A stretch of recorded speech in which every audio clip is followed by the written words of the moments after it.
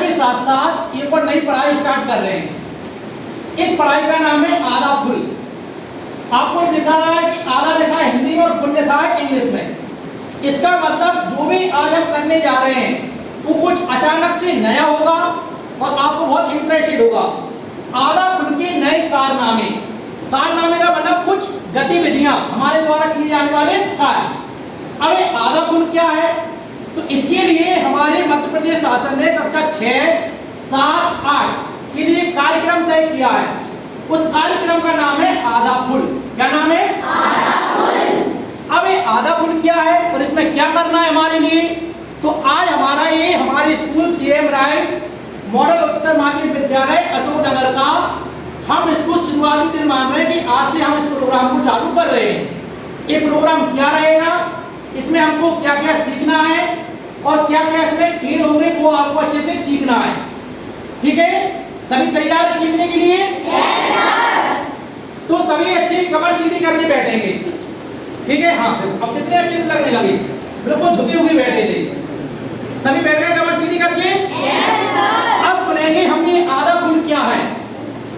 आधा फुल हमारे लिए एक कॉमिक्स का सेट है। कॉमिक्स जानते हैं सभी? Yes sir. वो छोटी छोटी कहानियां होती हैं जिनको कार्टून के माध्यम से या चित्रों के माध्यम से समझा जाता है। यानी हम जैसे कार्टून वगैरह देखते हैं, कई हमारे छोटू मोटू के कार्टून आते हैं।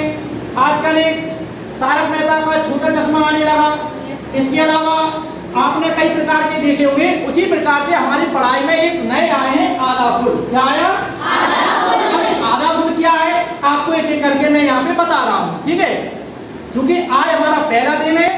पहले दिन में मैं आपको यहाँ समझा रहा हूँ, फिर आपको हर क्लास में 3-3 बच्चों के बीच में एक किताब दी जाएगी। 6 किताब है हमारी, 3 बच्चों के बीच में एक किताब दी जाएगी और 3-3 बच्चे इसको ग्रुप में पढ़ेंगे।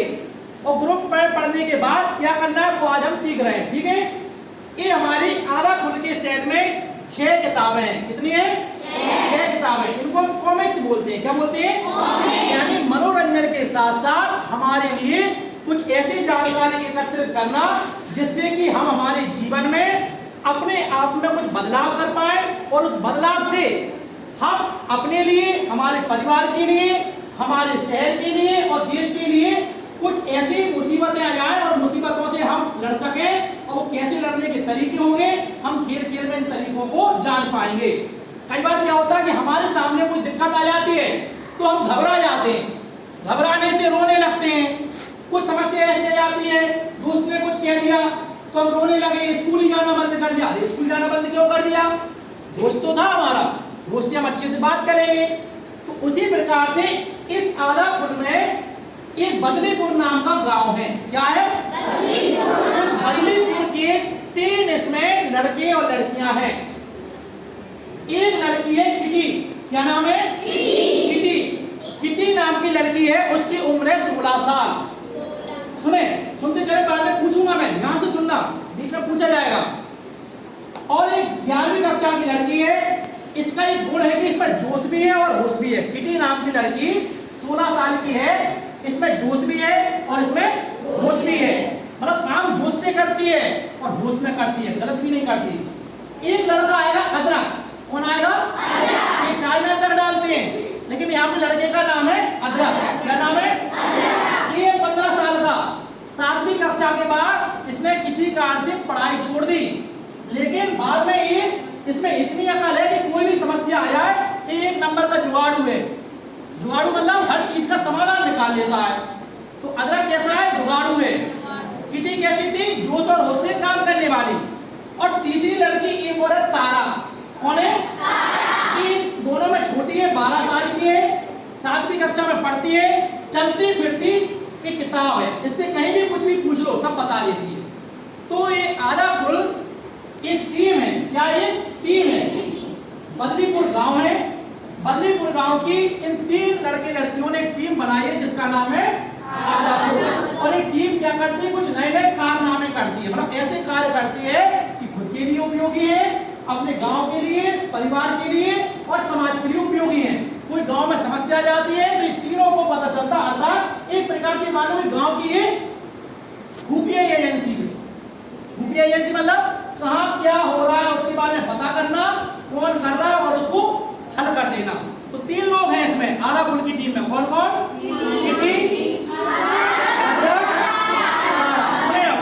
इन तीनों ने एक टीम बनाई है जिसका नाम क्या रखा है? आधा फुल। और एक आधा फुल टीम कहाँ है? बदलीपुर का एक गांव है। कौन सा गांव है?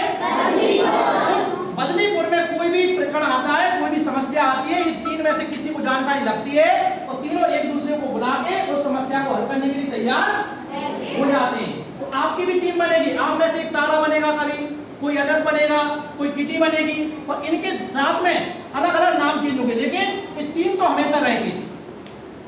तारा, अदरक और किटी, ये हमेशा चलेंगे। अब यहाँ पे हमको इस आधा फुल के लिए सरकार ने हमारे लिए 6 किताबें भेजी है, कॉमिक्स। कितनी किताबें?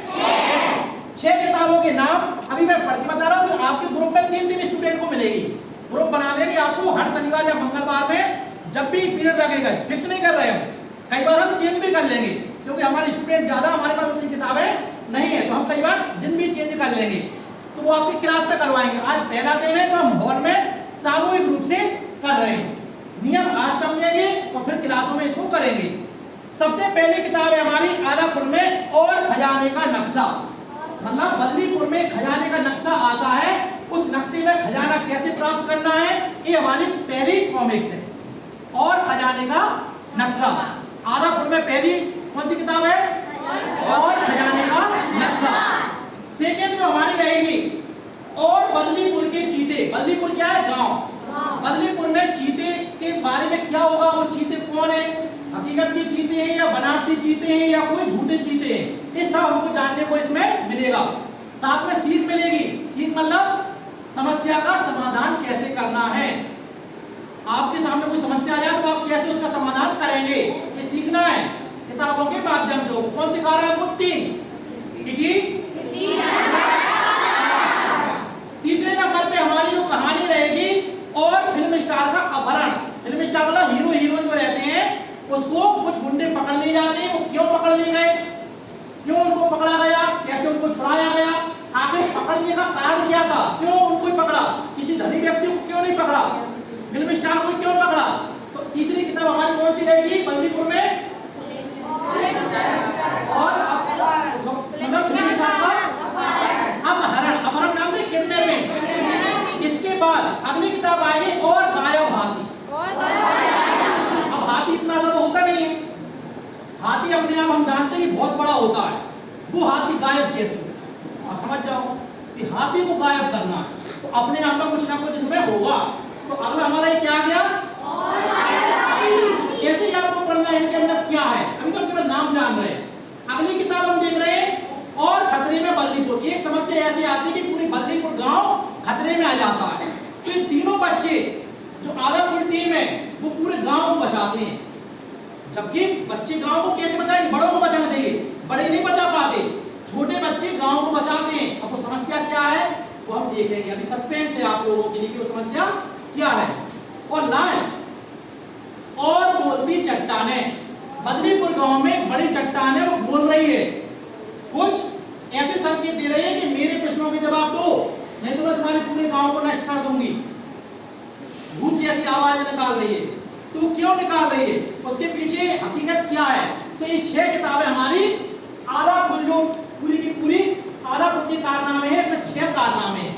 एक बार और बता रहा हूं, और खजाने का नक्शा, बदलीपुर के चीते, और फिल्म स्टार का अपहरण, और गायब हाथी, और खतरे में बदलीपुर, और बोलती चट्टानें।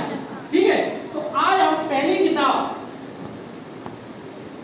जिसका नाम है आधा फुल और खजाने का नक्शा।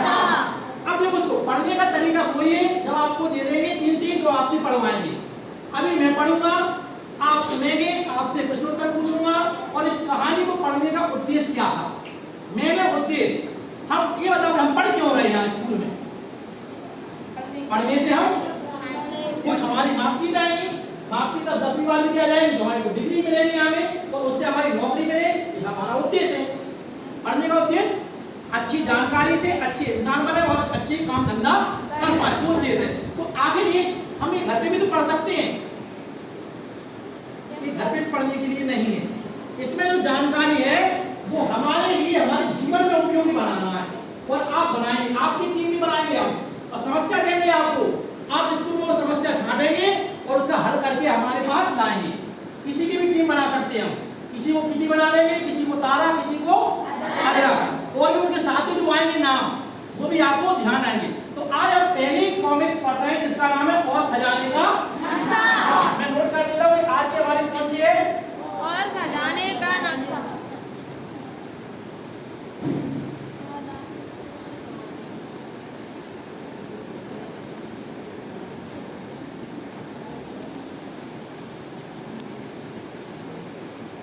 आज तो मैं पढ़ रहा हूँ, आज हमारा पहला दिन है। हमारे स्कूल में किताबें भी आ गई कुछ और कुछ आने वाली, फिर आपको अलग अलग दी जाएगी 3-3 के सेट में। तो आज सभी को नहीं दी जा सकती, इसलिए हम एक साथ पढ़ेंगे। तो यहाँ पे मैं तीनों का आपको बदलीपुर की टीम का वर्णन बता दिया। किटी है, जोशी है, भोसवी है, अदरक है, 1 नंबर का वाड़ू है, और तीसरे नंबर पे कौन है, यानी कुछ भी पूछ लो वो जानकारी निकाल लेती है। तो सुने हो इसमें, एक दिन बदलीपुर में बहुत तेज तूफान आया। क्या आया, तूफान। बादल गरजे, बिजली चमकी, ऐसे में कहीं से उड़ता हुआ एक कागज का टुकड़ा एक लड़की से टकरा गया। किससे टकराता है, अब वो लड़की भी काम में आई। देखना, एक बार क्या आया, बदलीपुर गांव में एक तूफान आया, बादल गरजे और बिजली चमकी और एक उड़ता हुआ कागज का टुकड़ा सीमा नाम की लड़की से टकराया। सीमा ने उस कागज को उठाया, उसने देखा तो उसको लगा ये तो किसी चीज का नक्शा लग रहा है। क्या लग रहा है, नक्शा। अब उसने कैसे पहचाना हुआ कि नक्शा है, उस पे कुछ चिन्ह बने थे, सड़कें बनी थी, मंदिर बने थे, पेड़ पौधे बने थे, जिससे कि लग रहा था वो नक्शा। कागज नॉर्मल होता है लेकिन वो नक्शा है। तो कैसे पहचाना, उस पे छपी हुई चिन्हों से। आगे जाके सीमा के मन में बात आती है कि ये क्या है। उसने सोचा कि ये बदलीपुर की हमारी जो आदापुर की टीम है उसको बताया जाए। तो सीमा जाती है किट्टी के पास। किसके पास, किट्टी के पास, और कहती मैं किट्टी से जाके पूछती हूँ। किट्टी ने उस कागज के नक्शे को देखा, अरे ये तो किसी खजाने का नक्शा है। कौन कहती है, किट्टी। ये क्या है, खजाने का नक्शा। अब जो तारा थी वो कहती है इसके बारे में मुझे पता है, शायद मुझे पता है ये नक्शा क्या है। उसके दिमाग में आता है तारा के कि बहुत समय पहले मैंने पढ़ा है कि हमारे बदलीपुर में कुछ डाकू आए थे और हमारे गांव के किसी धनी व्यक्ति को लूट ले गए थे और उससे पूरा उसका धन ले गए थे, और उन्होंने वो धन कहीं जाके छिपा लिया था। और उन्होंने छिपाने के बाद एक नक्शा बना लिया था कि कभी हम आएंगे और इस खजाने को उठाने आएंगे तो नक्शे से हम पहचान लें। तो शायद जो तारा है तो ये कह रहे हैं कि मुझे पता है कि मैंने पढ़ा है कि ये नक्शा हमारे गांव में छिपे हुए किसी खजाने का है। ठीक है, ये किसने कहा, तारा ने, क्योंकि उसको जानकारी की किताब है तारा। तारा क्या है, जानकारी है कि मैंने कभी पढ़ा था ऐसा। अब आगे सुनना, आगे फिर बात आती है। अब तारा और किटी दोनों हंसती है और कहती अच्छा हमारे लिए एक नई समस्या मिली है, हम इसको सुलझाएंगे। हम सब मिलकर चारों लोग, अब ये कौन हुई लड़की, कौन साथ में, सीमा। उनकी टीम में कौन आ गई, सीमा। हम चारों लोग इसको अच्छे से सुलझाएंगे यानी हल करेंगे और अच्छे खुश होते हैं। अब सीमा नाम की जो लड़की थी उनकी टीम में नहीं थी, उससे तो नक्शा टकराया था हवा से उड़ के। तो वो कहती है मैं तुम्हारे साथ नहीं आऊंगी। कौन कहती है, सीमा। सीमा कहती है कि मैं तुम्हारे साथ नहीं आऊंगी। तो अदरक क्या कहता है, सुनना, सीमा क्या तुम्हें जोश भरे और साहस भरे कामों में मजा नहीं आता, तुमको ऐसे काम करने में अच्छा नहीं लगता कि हम जाएंगे जंगलों में, नक्शे को ढूंढेंगे, समस्या आएंगी, समस्याओं से लड़ेंगे। कौन कहता है, अदरक। किससे कहता है, सीमा से कहता है कि क्या तुम्हें ऐसे कामों में मजा नहीं आता, साहस भरे, जोश भरे, हिम्मत वाले कामों से। तो सीमा क्या कहती है, ऐसी बात नहीं है अदरक, मेरी मम्मी मना करती है घर से बाहर जाकर उछल कूद करने से। मम्मी कहती है लड़कियों को घर में ही रहना चाहिए, सिलाई, खाना बनाना जैसे काम करना चाहिए, बाहर ऐसे काम नहीं करना चाहिए। कौन कह रही है, सीमा कह रही है अदरक से। ऐसी बात नहीं है, मुझे लगता है कि मैं भी काम करूं, लेकिन मम्मी मुझे डांटती है और घर में रहने को कहती है कि घर के कामों में हाथ बटाओ, कोई तुम्हारा काम है। सीमा ये कह रही है।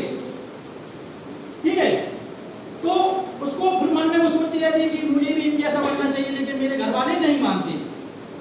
तो फिर अगला कहता है मैं भी तो अपने घर में मेरे काम करता हूँ, मैं खुद के बटन टूट जाते बटन को लगाता हूँ, थोड़ी बहुत सिलाई कर लेता हूँ, लेकिन मैं तो लड़की नहीं हूँ, लेकिन लड़कियों के काम कर रहा हूँ।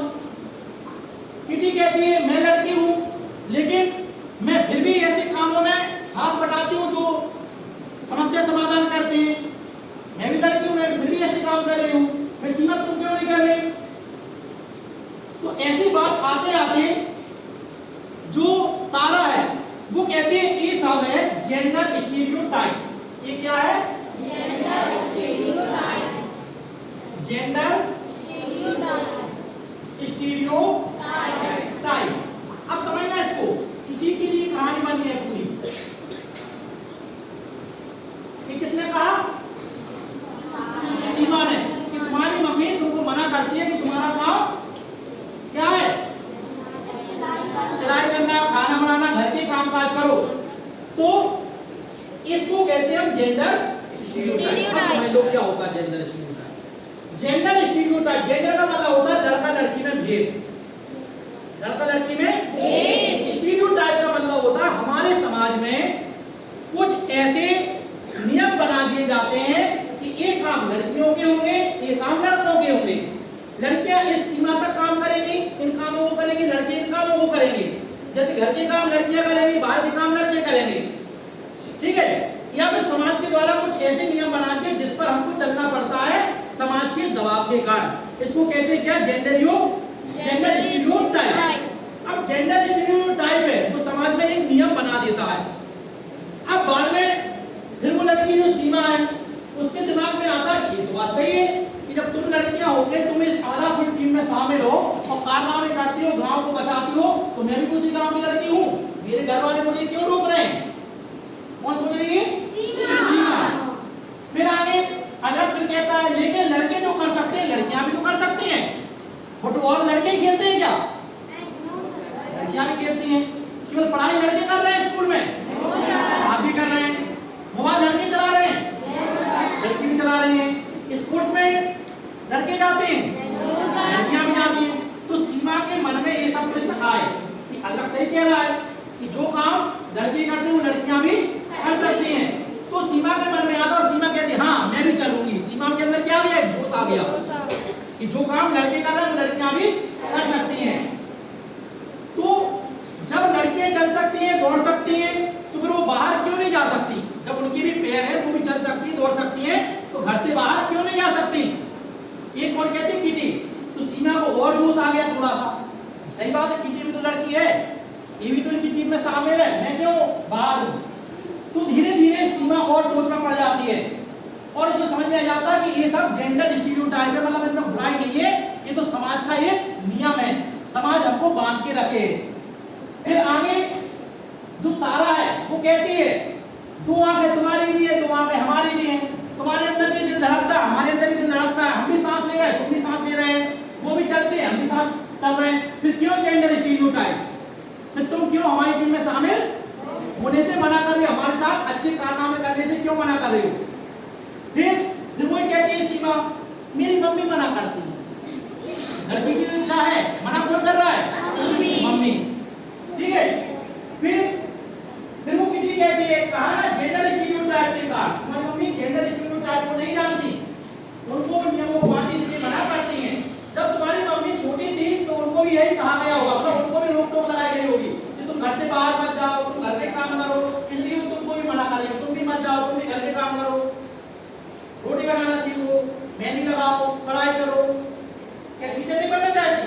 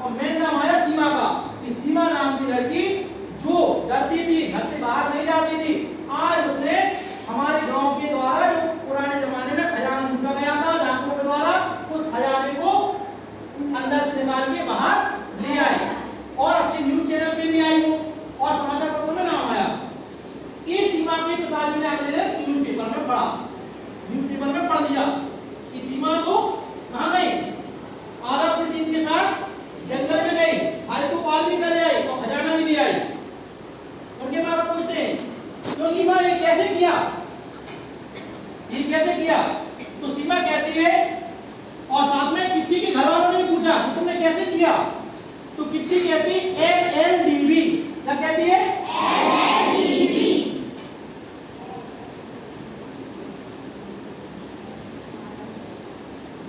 लड़का लड़की दोनों बराबर। LLDB मतलब बराबर।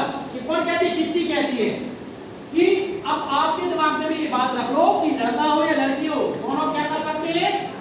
बराबर काम कर सकते हैं, क्योंकि दोनों के हाथ है, दोनों के आंख है, दोनों के पास दिमाग है। तो आज से आप भी लड़का लड़की में अंतर करना छोड़ दो। इसके बाद बताया कि जो काम नौकरियां लड़कियां करती हैं वो लड़के भी कर सकते हैं, लड़कियां करती हैं वो लड़के भी कर सकते हैं। इस प्रकार से इस कहानी में एक मेन शब्द आया, कौन सा? Gender right. तो समाज में हमारे लिए भी कई ऐसी पाबंदियां लड़कियों के लिए स्कूल जाने से मना करते हैं। तो स्कूल जाने से जिनके माता पिता मना करते हैं वो उनको बताएं कि हम क्यों नहीं पढ़ सकते। हमारी अन्य सहेलियां भी तो पढ़ने आती हैं, क्या डॉक्टर लड़कियां नहीं बनती? आज एरोप्लेन भी लड़के चला रहे हैं, रेल की टिकट भी लड़कियां काट रही हैं, रेल के इंजन भी लड़कियां चला रही हैं, सेना की भर्ती हो रही तो वहां भी लड़कियां जा रही हैं, मास्टर यानी शिक्षक तो बन ही रही है। इसके अलावा ऐसा कोई सा क्षेत्र नहीं बच रहा हो जहाँ पे लड़कियों की भागीदारी ना हो रही हो।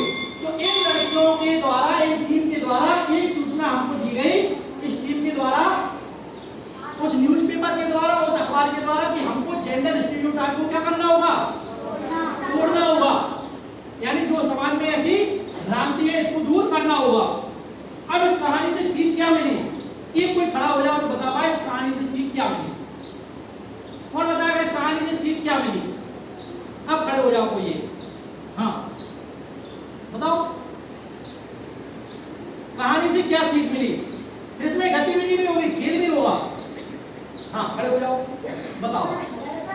इनकी तरफ मुंह करके। हाँ इधर उधर मुंह करो। हाँ एक समान है। हाँ। और सबको मिलकर काम करना चाहिए। हाँ और हमको कठिनाइयों से बिल्कुल सही। इनके लिए जोरदार तालियां।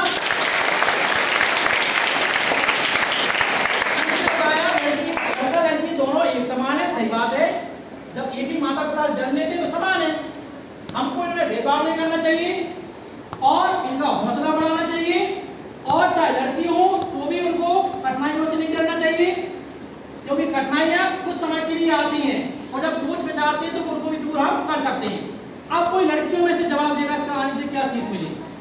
खड़े हो जाओ कोई। हाँ पहले नाम बताओगी और फिर अपना आंसर दो। इनकी तरफ मुंह करके, सबकी तरफ। इसका आंसर ये शिक्षा मिलती है कि हमें कठिनाइयों से डरना नहीं चाहिए, हमें कठिनाइयों भरे रास्ते को पार करना चाहिए और लड़का जेंडर स्टीरियोटाइप को तोड़ना चाहिए। बैठ जाओ, तालियां इनके लिए।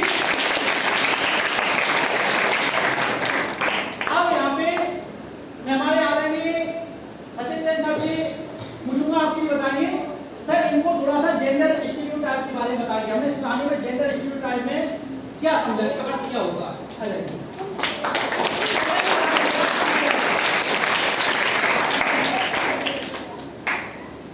जैसे अपन ने इस कहानी में सीमा नाम की लड़की के बारे में पढ़ा।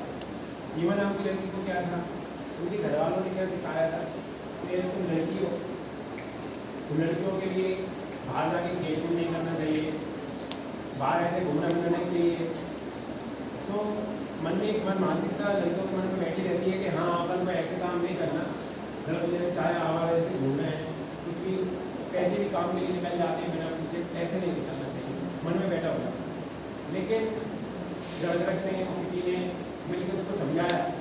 एक तो जेंडर स्टीरियोटाइप बना दिए नियम, में समाज लोगों ने, घर वालों ने बना दिए हैं नियम, अपने पर थोप दिए हैं, इनसे कुछ नहीं होता। जो काम लड़का कर सकते हैं वो लड़कियां भी कर सकती हैं। इसलिए इस वाले नियम को तोड़ देना चाहिए, जो अपन को अच्छा लगे मन में वो करना चाहिए। बहुत अच्छे से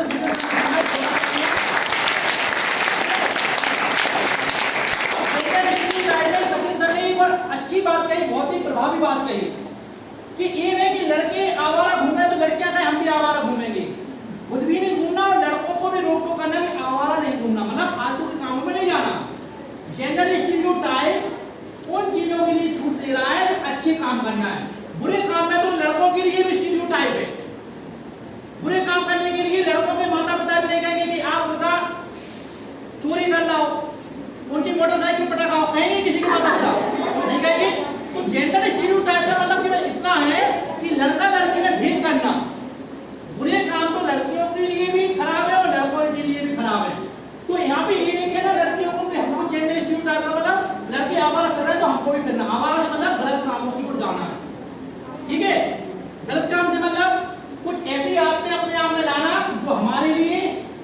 परिवार के लिए, हमारे समाज के लिए शर्मनाक हो, गलत हो, जिनके करने से हमारे परिवार की शर्मनाक स्थिति हो, वो किसी के सामने अपना सर अच्छे से न उठा के देख पाए। कई बार हमारे कामों से हमारे माता पिता को नीचे झुकना पड़ता है, तो ऐसे काम जेंडर स्टीरियोटाइप नहीं है, ये समाज के लिए क्या है, मनाही है। ये तो चाहे लड़के हो या यहाँ पे केवल जेंडर स्टीरियोटाइप का मतलब ये है कि समाज में, परिवारों में लड़का और लड़की में भेद नहीं करना है। लड़कियों के लिए भी वह अधिकार है पढ़ने के, लिखने के, अन्य क्षेत्रों में जाने के जो लड़कों के लिए हैं। इसको हमको तोड़ना होगा। अगर हमारे घर में, हमारे भाई बहनों में, हमारे मम्मी पापा हमारी बहन को स्कूल में पढ़ने से रोक रहे हैं और हमारे लिए स्कूल पहुंचा रहे हैं, हमारे लिए एक गिलास दूध दे रहे हैं, उसके लिए पानी का गिलास दे रहे हैं, तो कहो कि उसको भी पढ़ने का अधिकार है। अगर हमारे घर में दूध एक गिलास आता तो मेरे में से आधा कर लो, लेकिन मेरी बहन को भी दो। ऐसा नहीं कि मैं अकेला पढ़ूं, मेरी बहन अनपढ़ रहेगा, ये भी कहीं अच्छा नहीं है। तो ये जेंडर स्टीरियोटाइप को हमको समाज से दूर करना होगा। और साथ में जब कभी ऐसी मुसीबतें आ जाए तो मुसीबतों से घबराना नहीं है, सोचना है, समझना है, जानकारी एकत्रित करके उनसे लड़ना है। क्योंकि कई परिवारों में लड़के नहीं होते, लड़कियां ही उनकी संतान होती हैं, उनके ऊपर ही पूरे परिवार का बोझ होता है, तो वो डरेगी तो उनका परिवार कौन संभालेगा। तो लड़कियों को कभी अपने आप में हिम्मत नहीं हारनी है, अपने माता पिता की इच्छा से पूछताछ करके काम करो। वो नहीं मान रहे, अपने कुछ उदाहरण बताओ कि मेरी सहेली भी तो आती है स्कूल, वो भी तो पढ़ती है, वो भी तो लड़की है, हमारे पड़ोस में भी तो जाती है और अपनी सहेली, उसके माता पिता नहीं करते।